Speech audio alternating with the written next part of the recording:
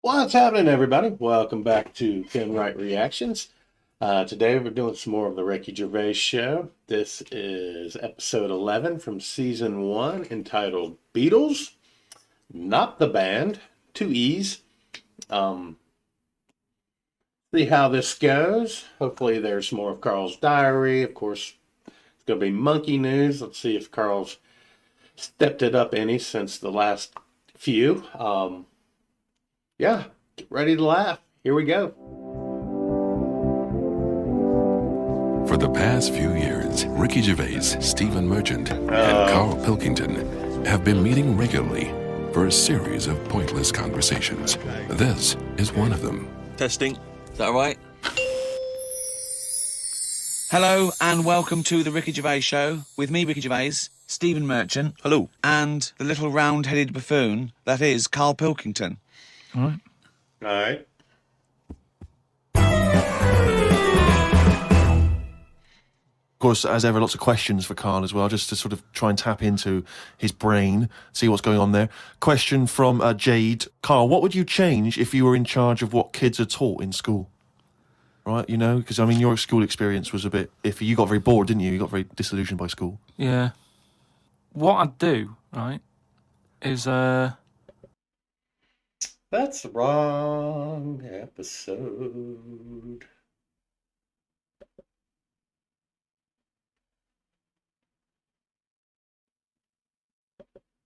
Let's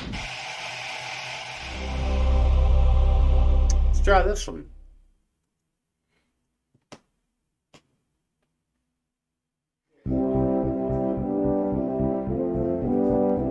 For the past few years, Ricky Gervais, Stephen Merchant, and Carl Pilkington have been meeting regularly for a series of pointless conversations. This is one of them. Testing. Is that all right? Hello and welcome to the Ricky Gervais Show with me, Ricky Gervais, Stephen Merchant. Hello. And the little round-headed buffoon that is Carl Pilkington. All right. All right.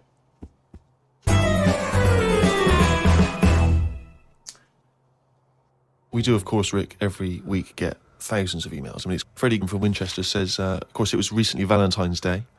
What's the most romantic thing that you've done for Suzanne, Carl, that you can think of? Uh-oh. I don't really do all that. Sure. The Valentine's Day stuff. It's just... The problem is, if you do it once, they expect it every year. Yeah. Sure. That's the problem with Christmas and stuff, isn't it? It's like, it's become... That's what you do now, every year. Every day, yeah. So I prefer to just sort of wait, you know what I mean? And you know, if I think of an idea or I know of something that she wants, I might get her something, but I might not do it on Valentine's Day. It's that thing. It's like how I've said about Pancake Tuesday. Make it Pancake Wednesday. Have it when you want. Why am I waiting? Why am I waiting for someone to tell me when I can have a pancake? I'll have it today if I want one. Yeah. Do you know what I mean? Yeah. Whereas Pancake Tuesday, no, I won't bother. I'll have trifle. So it's the same with this. Yeah. You know, with Suzanne. Luckily, right? I mean, Valentine's Day and what have you. She was ill. Luckily. So we didn't have to go out. So I'd say, is he asking for advice? Well, I suppose, yeah, certainly you may as well give it. Treat them when they deserve it. Oh, that's not going to go well. Once when Suzanne was ill, she had a fever, but there was no food in the house. What did you suggest to her? She was too ill. Well, to it cook. was when we were still living in Manchester and that, and What did you do, Carl? we needed to get some food in for tea and stuff. And I said, come to the supermarket. She was like, no, I'm ill, you go. And I hate buying food. I just sort of get a bit blank when I'm looking at it. There's too much, isn't there? That's the problem. You go down all these aisles and there's just too Decisions. much. So anyway, I said, no, come with me. She was like, oh, but I've got this fever, I'm hot and everything. So I said, well, come to the supermarket, you go on the frozen aisle, cool yourself down. And she did. And she said, you know, it made it worse. She was ill for another 3 days. What were you thinking, Carl? How would you go about chatting up a woman in a bar? What tips could you give? I've never worked like that. It's always been like a friend of a friend and all that, and just happened to meet them, and then you know you have a chat, and then How did you meet Suzanne? that was when I was working with her, and she gave me 20p for the hot chocolate machine. She never asked for it back. Thought she's all right. Been there sort of 11 years, so it works. So romantic, Carl. Have you given you that? You've Never asked for it back. never given that 20p Never back? asked for it back. Did you return the favour, perhaps on the next date? You buy her a Kit Kat or something? No, I don't think I did. I think word got out that she liked me and that. And I think I did some work for her, did some editing for her, sort of show off my skills and that. Sure. And she was like, "Oh, you're good at this, aren't you?" I was like, "Yeah."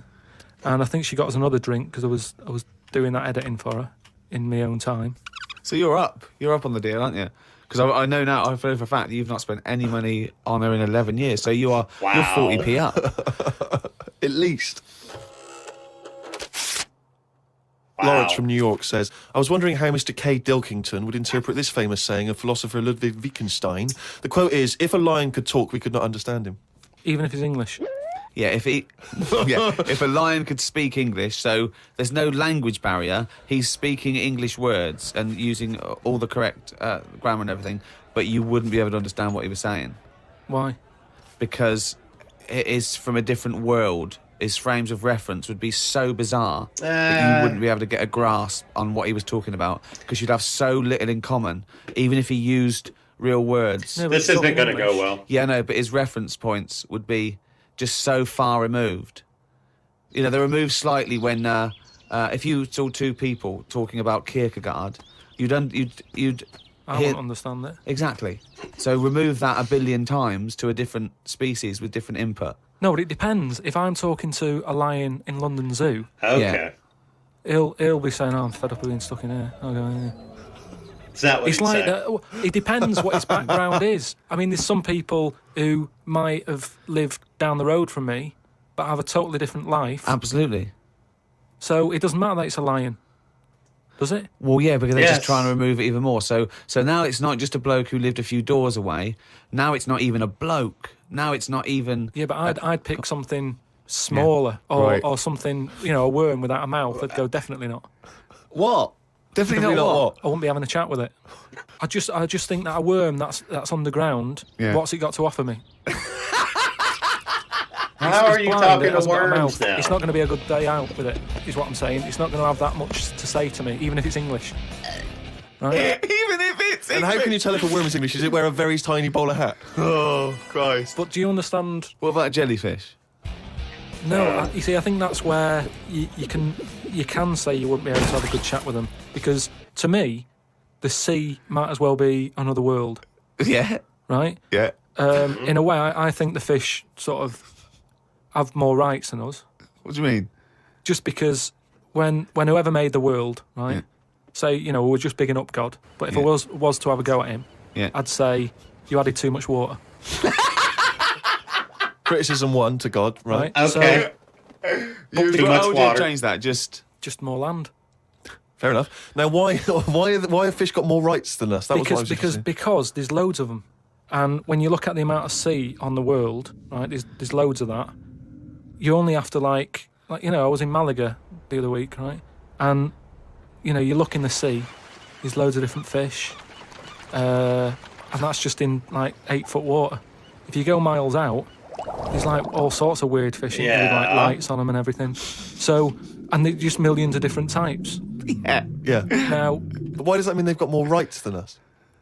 just because I think, rights come in numbers, don't they? If you know what I mean. Like, if there's one of you shouting, people go, "Oh, he's an idiot, shut up," whatever. If there's loads of you shouting, they go, "Oh, best listen to him, see what they've got to say." Right. And that's what I mean about fish. Yeah. There's loads of fish, Right. so But they're not really making their They're voices heard, though, are louder. they, Carl? I know because they're underwater. But what I mean is, I don't know what I mean. Hey, at least you admit it, buddy. I thought he was going to say because they were here first or something, but Carl, yeah. right? What do you think it's like being a crab? If you could go now, your mind into a crab, what would you see? Where would you be? What would you be doing? What would you be thinking? What do you think of all the other things? The crabs you'd see, the squids you'd see. What's it like? Do you think? I want you to. It's like creative writing. Just think. Just let yourself go. Come on. It's got to be a crab. What do you think of a slug? What do you think to be a slug? What would you do if you were transported now into a slug? What would you do? And Suzanne, you're suddenly in the kitchen, but you're a slug, and Suzanne's sort of like there, just making tea and that. How do you let her know it's you? It's impossible. I'd just chuck myself into the salt pot or something. Wow. No, because what do you do? I'd hate that. That would be horrible, that. Oh, God. Have you ever Just end read it. Franz Kafka's Metamorphosis, Don't in which think a so. man wakes up and he's turned into a giant beetle? And that's the whole story. I think it might be of interest to you. So what happened to him with the beetle? Well, I don't want to ruin it for you in case you read No, it. I but won't be it's- reading it, don't worry. He joined a pop group with 3 other people. He was brilliant. No, it's a really wonderful book. It's a kind of almost heartbreaking because, of course, he does, like Ricky's saying, he finds it very hard then to relate to other people, even though he still has the consciousness of a human. You know, his parents, his rest of his family, they don't know how to deal with him, you know, because he's a giant beetle. He becomes a freak, he becomes an outsider. It's terrible, you know. But hang on, though. Is he a giant beetle? Or Yeah. is he... Well, yeah, that's not going to go down well, is it? That, of course, people aren't going to like you. But if it's a normal-sized one, then you just get in with the other beetles, don't you? Whereas if you're a But you'd be giant... sort of How would you do Fair, that? How would you fair. ingratiate yourself? Right. So you're suddenly a beetle. You're Carl Pilkington, right? There's other people. They're doing their business. They're scuttling around, and you go in there and they look at you as a new beetle. What's your first? What do you do? How do you ingratiate yourself? Well, for a bit, I wouldn't sort of barge into their house and that. I'd wait until they're out and about, and I'd like Sneak in in. life, right? Sort of help them out. I don't know what beetles do all day. I've never seen one doing anything. They just seem to be going from one place to another. Right. I've never seen them carrying anything. I don't know what they eat. I don't know what they do. I don't know how we've got them, right? But what I mean is, I'd watch them and I'd sort of help them out. Strategy. I mean, you know, it's like going on a date or meeting a woman, isn't it? But what if there is? Whoa, a hang on, what do you mean? How is it like going on a date with a woman? Well, it's like I said about Good Suzanne catch. with her hot chocolate. She bought me that, and I've gone, she's all right. Right? She gets me another one before I know it. She's living with me. So it's Like So that. you're all these beetles. They're scrubbing around, right? You're sort of like watching them, and then you realise that you want to mate with this female beetle. What do you do? What's your first move? yeah, but I don't know what beetles do I? So I don't know how what you do. I don't know if you go up and go, all right. What do they do? How do they get on? What's happening? It's a different world. I don't know yet, do I? Because I haven't done it. Would you feel bad because having your own mind in this beetle, right? Would you feel bad shagging a beetle? Would you feel that was a bit sick because you've got a human mind? Well, no, because you just close your eyes and that, wouldn't you? Think of something else. So get round it that way. Wow. There's no point getting down about it because I'm stuck now as a beetle. So you've got to get on with it. But if you're a slug, you said you'd throw yourself in the salt pot. What would you do if you were a beetle if you got depressed? And you see all the other humans. No, you see but- your mates, right? They're listening to the iPod. What would you do? But no, that's what I'm saying. Though beetles are different because they do tend to hang about with each other. A slug's always on its own. It's a lonely Really? insect, isn't it? It's not an insect. All right, what is it? A mollusk. Right, they're lonely. I've never seen a load of snails all together or slugs wandering about. You Whereas haven't? beetles seem to knock about in crowds. Yeah. Beetles are party animals. Oh, God. Okay, all right, another one. So they're sociable creatures, and it wouldn't bother you that you've got the mind of Carl Pilkington in there? Because you can't communicate with these people, What if because they you're- don't speak English. They don't have any communication with you. Yeah, but if it's happened to me, there'll be another one in there. Okay, then. Right, okay. okay. What would you do, right? That's the most disgusting thing. What could it be? Right, what would you do, right, if you were suddenly a fly, right, and you were knocking around with the flies, right, and you had to land on some, Excrement? yeah, what would you do? Yeah, but I don't have to. What do you mean? You're a fly. He You're not- refuses. I wouldn't be loving it, though, would I? Why? Because I'm me in that fly's head. So I don't think other flies would be going, come on, join in. I'd just be like, no, I'll wait here. Wait, watch. I'm good. Because I don't see why they have to do that. What would you do, right, if you had to go back and you were in a, had to go and put your mind in like the, an unhatched egg of something, like maybe one of those, that a wasp was injected in a spider. So you know you're in an egg, right, which is really uncomfortable, in a spider. How would you feel about that, Carl? You're a baby wasp Very in the weird. abdomen of a spider.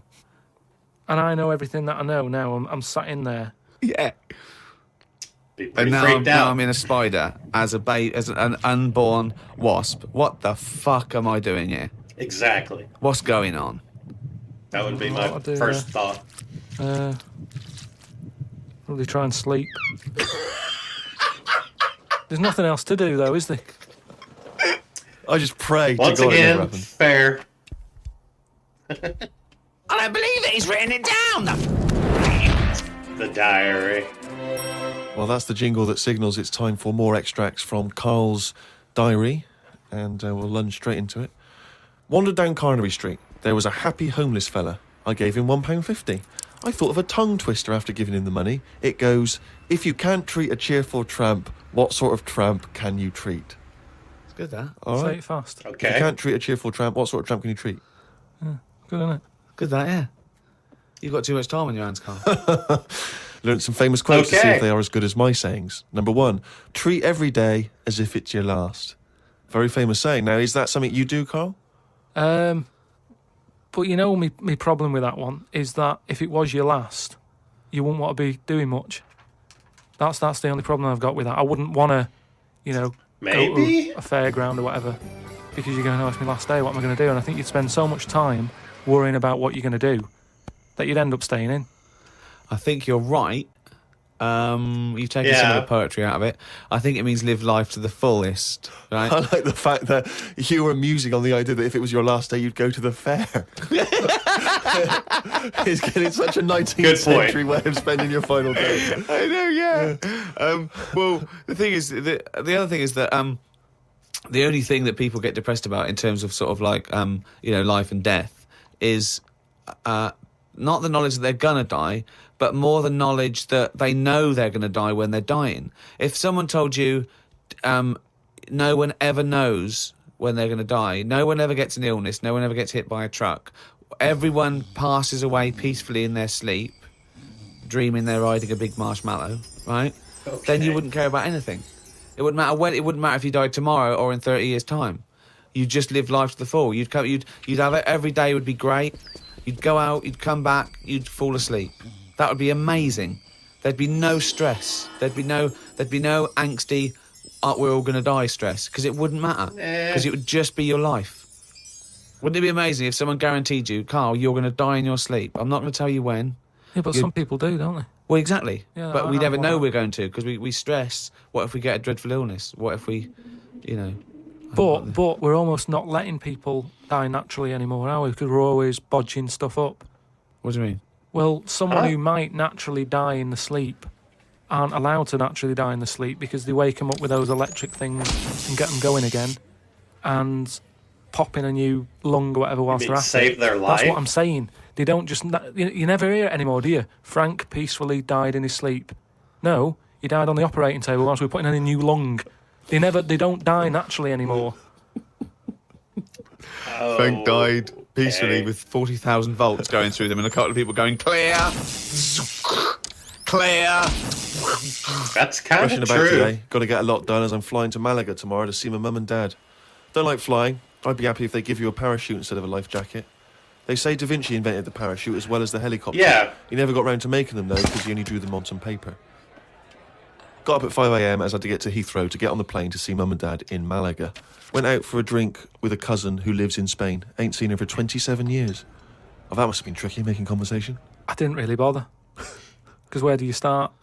I might as well go up to anyone in the street and start having a chat. Yeah, you have to get further back than, did you want Chantal to win Big Brother? Yeah.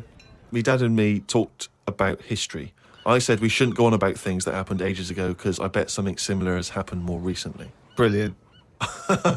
Read about That's an exactly island in why the you Indian should Ocean read where there are history. tribesmen still living like they're cavemen. A helicopter tried to land and the tribesmen chucked spears at them. This is what I meant about not having to talk about things that happened ages ago. We have got new cavemen now, so why do we talk about the old ones? People could have lived before, but computers and all that blew up and books got burnt, so all they had left was what these tribesmen have got left. Ramblings And that's the ramblings madman. of a maniac. That is that's just a few hours before you go crazy with a gun in the... No, but what I mean there is, right, say if all this has happened before, something happens, Again, a lot of information from the Planet of the Apes.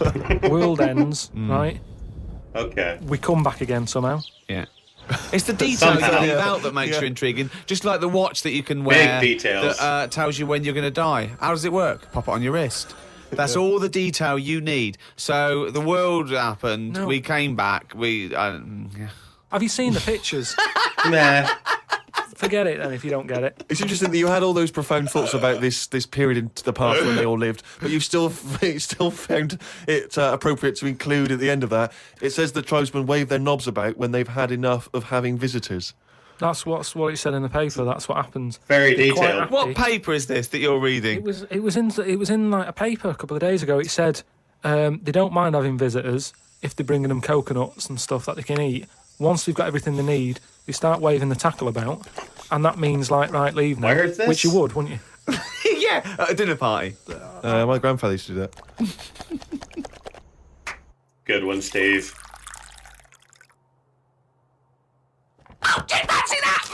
That one was aggressive. That jingle is getting more annoyed by the week. Well, this is the final monkey news, right? I'm not doing this anymore, right? Because we've covered it all. All the monkey news has been covered? It has. We've done loads of them. I think all the news that needs to be sort of known has been told, right? That is the end of the news. Jesus Christ. What? Aww. Right, do you know we chatted about the monkey that went into space and stuff? This was the one that was fed by bananas that came out of a little chute on the spacecraft. Yeah, it went Yeah. up there. That guy. He came back. He could never get that The high high exactly, again. yeah. You know what I mean? He tried other things. I think he tried to get a Part balloon together two. on that. Right, so anyway, there was loads of monkeys that were signed up to this NASA program, and it was 1961 when this little monkey called Ham, that was his name, as well as him, there was one called Enos. So anyway, what I found out about it since then, Ham went up there, did the left-right business with the bananas. Enos, they didn't put as much work into the trip when he went up there, and something went wrong with the machinery. And do you know how you get a banana for the left button and all that? It's official now. There's two buttons in this spaceship. Banana dispenser and everything else. The right button is everything else. But it worked the other way. The machinery went weird, Oh, no, really? so it meant that the right button would give him a banana. Right. The left button did everything else. Oh, no. How does So that, how what- does so that what happen, had been though? taught- What? This is Trouble. the problem with electronics, isn't it? Well, no, I don't think No, that's... this, Yeah, apparently but- this is the problem. But the good I mean, honestly, look it up if you want. This is all online, by the So way. what happened when it all went haywire? What occurred? Luckily, Carl, this is online and it's bollocks. luckily, Enos, because he'd Fair done a point, few Ricky. trips, Right, so he was like, experienced. well, I know this isn't right. As much as I love bananas, this isn't right. That was his thinking, of course it was. So anyway, so he came back. They were all like over the moon with him. He's you know, like, He thinking, got back. good mission and everything. Well done on working it out. He sorted all that out. It moved on a few years. Armstrong's gone up there. Buzz and that other fella, they've been up there. The monkeys aren't needed anymore. But they were like, we've got all these monkeys who have done NASA training. What are we going to do with them all? What And are they had going to do? raise £14 million to make them like an old sort of chimp home for retired Astronauts. Retired NASA-trained monkeys. Chimpanauts. chimpanauts. Something they've got in there is like a little museum, right, of all the missions and that they've been on, so they can sort of, even though they're not going to be going into space again, Okay. they can almost relive it and reminisce of the times that they've had. And They're reminiscing with each other, are they? just sort of going, Chatting oh, about the remember old that times. time it Yeah, went, all you went know. wrong, the button became the left when it should have Yeah. been the right and all the rest of Yeah. it. They just, you know, sort Talking of about old times, talking yeah. about old times and what have you, like old people like to do. Sure. Yeah. And yeah, that's it. So if you want, Perhaps we should retire monkey news to that same place. that's what I mean. So, you know, I hope you've enjoyed the monkey news and that. That was the last one. Look after the monkeys. Do your bit, because they've done their bit. That's it, yeah.